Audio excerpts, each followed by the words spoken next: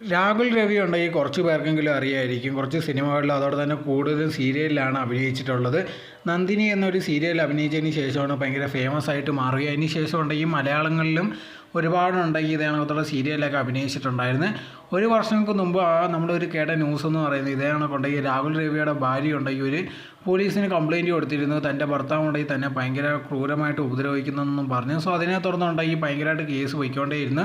അവസാനം തമിഴ്നാട് പോലീസ് ഉണ്ടെങ്കിൽ ഇതേ കണക്കുണ്ടെങ്കിൽ ലുക്കൗട്ട് നോട്ടീസ് വരെ ഉണ്ടെങ്കിൽ രാഹുൽ രവിക്കെതിരെ ഇറക്കിയിരുന്നു. അങ്ങനെ കുറേ വർഷം ഇപ്പോൾ ഒരു വർഷം കഴിഞ്ഞിരിക്കുകയാണ്. അങ്ങനെ ഇരിക്കുന്ന സമയത്ത് ഇപ്പോഴത്തേക്ക് രാഹുൽ രവി ഒരു ഇൻ്റർവ്യൂ കൊടുത്തിട്ടുണ്ടായിരുന്നു. അതിനകത്ത് നടന്ന കാര്യങ്ങളെല്ലാം തുറന്നു പറഞ്ഞിട്ടുണ്ടായിരുന്നു. ഇതേ കണക്കുണ്ടെങ്കിൽ ആദ്യമേ കല്യാണം കഴിഞ്ഞപ്പോൾ തന്നെ തനിക്ക് അറിയായിരുന്നു ഈ ബന്ധം ഉണ്ടെങ്കിൽ അധികം നാൾ നിൽക്കത്തില്ലെന്നുള്ളൊരു കാര്യം. എന്നാൽ പോലും ഉണ്ടെങ്കിൽ അത് വർക്കൗട്ടാക്കാൻ വേണ്ടി താൻ പരമാവധി ശ്രമിച്ചിട്ടുണ്ടായിരുന്നു.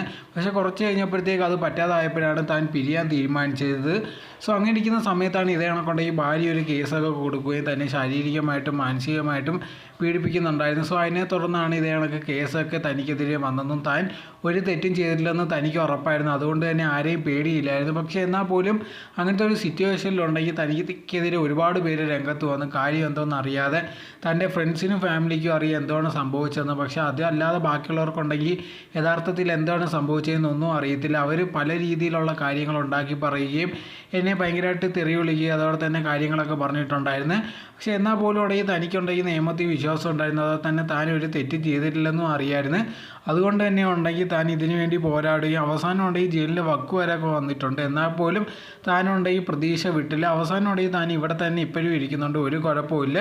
അതിനർത്ഥം താൻ ഒരു തെറ്റും ചെയ്തിട്ടില്ലെന്ന് തന്നെയാണ്. ഇല്ലെങ്കിൽ ഇതിനകം താൻ ജയിലിൽ കിടക്കും എന്നുള്ളൊരു കാര്യം ഇതിനകത്തുണ്ടെങ്കിൽ രാഹുൽ രവി പറയുന്നുണ്ട്. ആ സമയത്തുണ്ടെങ്കിൽ ആ കേസൊക്കെ ഭയങ്കരമായിട്ടുള്ള രീതിയിലായിരുന്നു പൊയ്ക്കൊണ്ടിരിക്കുന്നത്. താൻ എന്തോ ഇൻ്റർനാഷണൽ ക്രിമിനൽ പോലെയാണ് ആൾക്കാരുണ്ടെങ്കിൽ ട്രീറ്റ് ചെയ്തുകൊണ്ട് അതോടെ തേടിക്കൊണ്ടും ഇരുന്നത്.